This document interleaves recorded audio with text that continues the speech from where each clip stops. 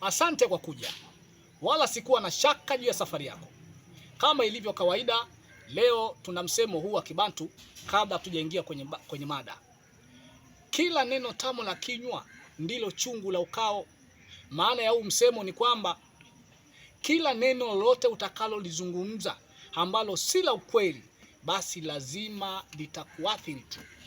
Unaweza ukaenda jela, ukagombanisha watu, ukafarakanisha, au mwenyewe unaweza ukasutwa kwa sababu ya furaha yako iliyopitiliza na kuyaongea maneno kwa ajili ya kujiridhisha wewe.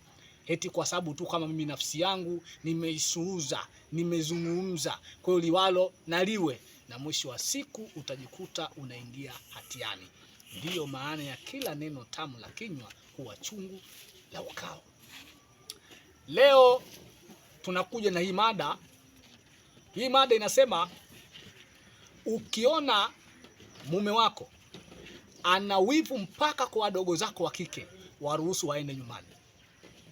Ndiyo, sifa ya mwanaume anatakiwa kuwa na mipaka na ulinzi, kwa sababu tu ya kutokuwa chanzo cha shemeji zake wa kike waliokuja nyumbani kwake, ambao ni wadogo, ni wandugu wa mke wake.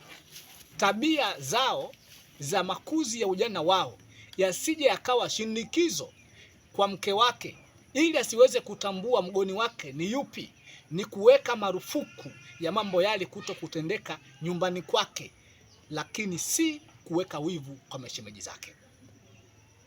Ni kusii wewe binti, wewe ndio na jukumu la kumwekea wivu mume wako mpaka kwa wadogo zako ambao ni mashemeji zake, sio yeye kuwawekea wivu shemeji zake. Ukiona kuna wivu, basi jaribu kuchunguza, hapo kuna jambo.